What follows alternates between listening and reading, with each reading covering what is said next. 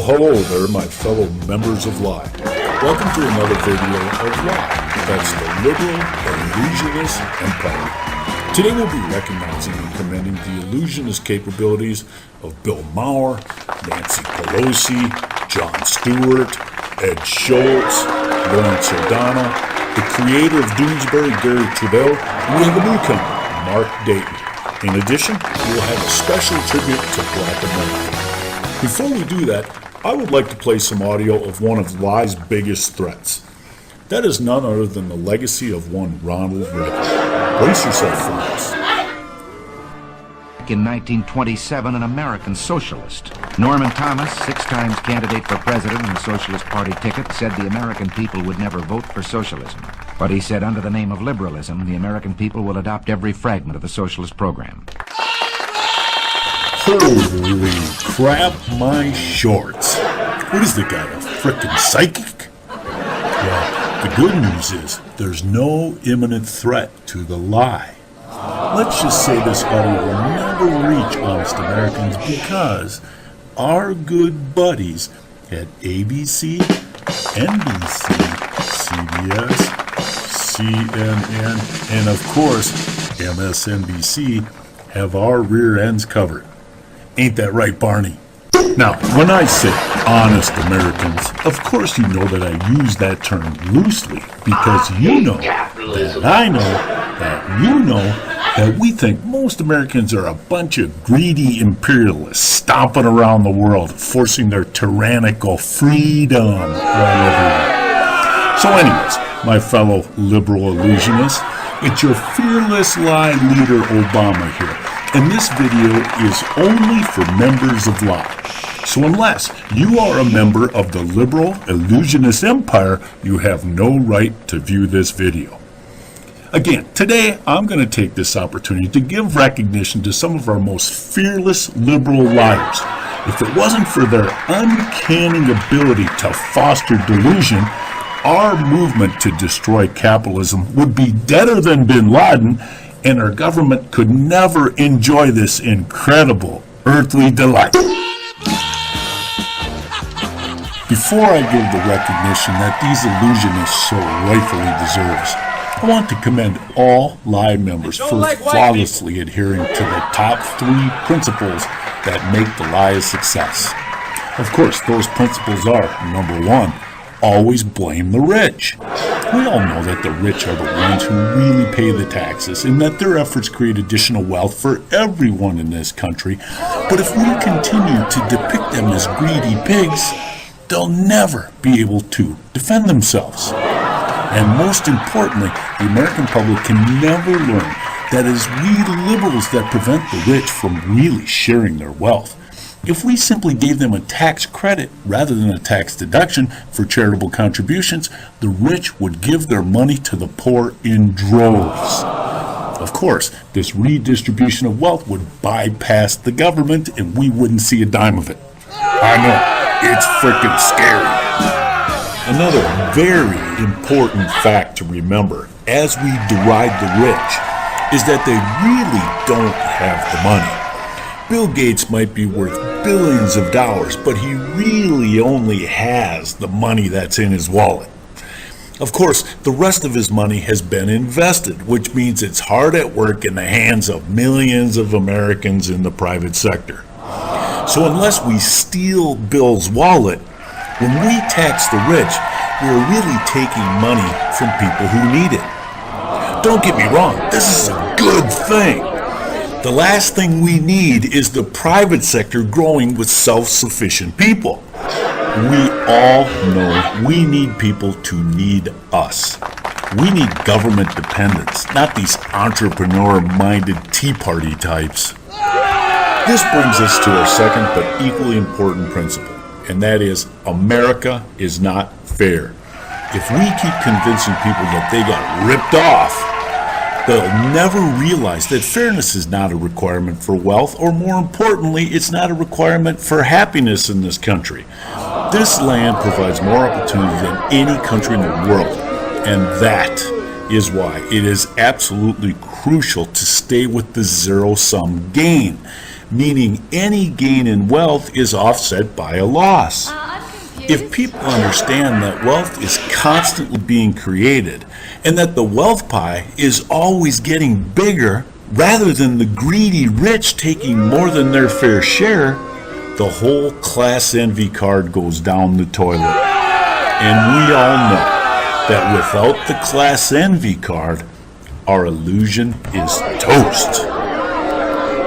This brings us to our third principle, and that is always, I mean always, lie about Republicans and conservatives. We all know that our agenda is an illusion, so the facts can never come out or they win. If the American people ever realize that Republicans too want a clean, safe environment, or if they realize that they have a plan to eliminate poverty rather than perpetuate it, and that they are pro-choice on abortion in that overturning Roe v. Wade simply gives the states the choice. I mean, if the truth ever comes out, we can never win the debate. Newt Gingrich is a perfect example. The man is simply brilliant, has written several books, and is probably the most qualified presidential candidate of our lifetime. If those facts come out, we are screwed. I mean, screwed in all possible ways. Easy there, Barney. The point here is that the third principle is crucial. The only way to defeat Newt is to deflect the real issues of the day and destroy him with lies. Okay, on to the recognition. I want to start out with one liberal illusionist that needs no introduction. This man is easily recognized simply by his repugnant appearance. Just kidding, Bill. Even you look better than Pelosi before her facelift. Just kidding again, Nancy. On a serious note, Bill deserves our recognition because of his candor and effectiveness. Bill's unabashed ability to blaspheme God, the remarkable way he pretends to empathize with the poor, from his mansion albeit, and his demonstrative, underhanded, yet lethal attacks on our opposition explain why Bill is loathed by all honest Americans. Don't like white people. Demonstrative? Who the hell put that on the teleprompter? What does that mean? Bill has successfully destroyed the hopes and dreams of millions of Americans, and he's always a top dog in creating new government dependence. Don't ever stop offending their sensibilities, Bill. Hey, which one of you bottom-tier government employees put that swastika on Bill's head? Do I need to pull your pension plan? Sorry, Bill. That was supposed to be a food stamp. Our next illusionist deserving of recognition is none other than the king of liberal illusions himself, Jon Stewart. Jon destroys the ambitions of Americans nightly by successfully ridiculing all of the traditions that made America great. No one can demoralize better than Jon. Jon, in his subtle little smirk, captivates millions of wayward youths and corrals them right into the delusional hands of despair. Without Jon's efforts, people throughout America would still think this country's great. And we all know that's not good. Jon takes hypocrisy to new heights. Jon is selfishly rich beyond imagination, and yet so many of his nightly viewers actually think he cares about their plight. Now that is an illusion. Jon, keep that money tucked away in your vault, baby, and never stop insulting personal independence. Your reign of influence guarantees that new generations of despondent youths will parade on Wall Street with a middle finger in the air and a hand in someone else's pocket. Our next liberal illusionist is none other than Nancy Pelosi. Nancy deserves recognition simply because she has mastered the third principle. She almost derailed the Gingrich campaign by simply threatening to lie. Who cares if Gingrich is one of the most profound conservative thinkers of this century if Nancy has the dirt? Nice job, Nancy. This next illusionist is a surprise.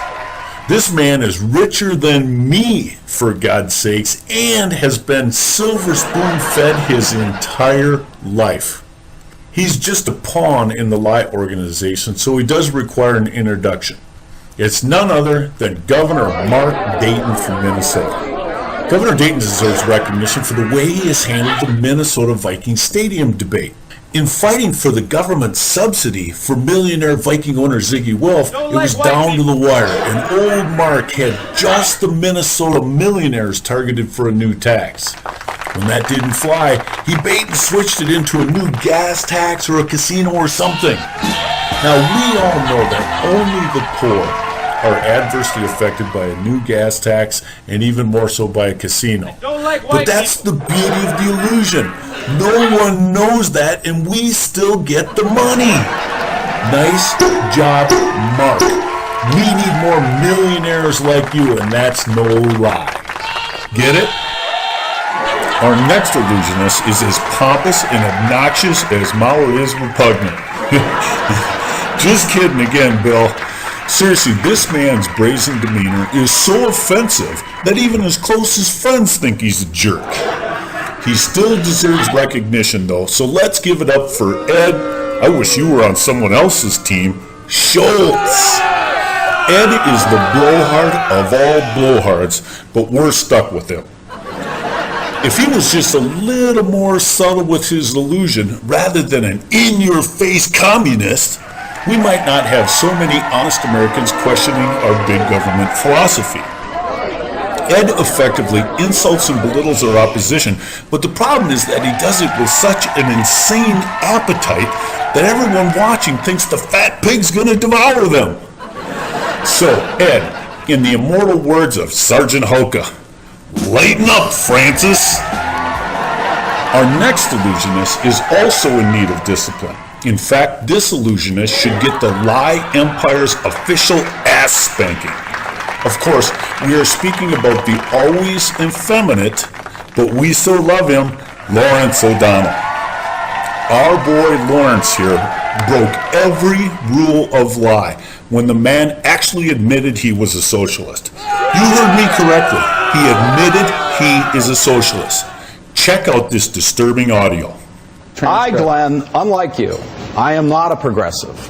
I am not a liberal who's so afraid of the word that I had to change my name to progressive. I'm not either. Liberals amuse me. I am a socialist. I live to the extreme left. Great. The extreme left of you mere liberals, okay? Talk about counterproductivity. Nothing can set our agenda back further than a loose cannon like Lawrence.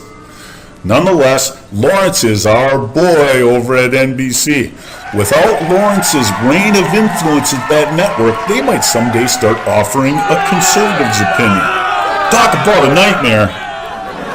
Nice job, Lawrence, but next time, be more careful. The next illusionist, well deserving of recognition, is Doonesbury creator Gary Trudeau. This man is so frickin' rich, it's sick. Yet he's the ultimate tightwad, too. He, too, is a perfect candidate for our HIP award because his hypocrisy is second to none. The man is loaded with cash, and his charitable contributions are, well, what charitable contributions? Actually, his contributions are in the form of vicious, non-stop attacks on Republicans, for which Lie is eternally grateful. Keep it up, Gary. Your pen is definitely mightier than the sword. Now, to wrap up this latest video of Lie, I would like to offer a thank you to Black Americans, because we all understand that our agenda means perpetual poverty for Black Americans. I would also like to thank all Lie illusionists for the destructive use of the label Uncle Tom. It works perfect. Anytime a Black American openly supports personal responsibility or any of the other free-thinking ideas, bam, we slap them with Uncle Tom. It should also be noted that we play the race card so effectively that no one will ever know exactly what our most visible Black illusionists really think. Well, keep the illusion alive, Lie members, and long live the Empire. So long.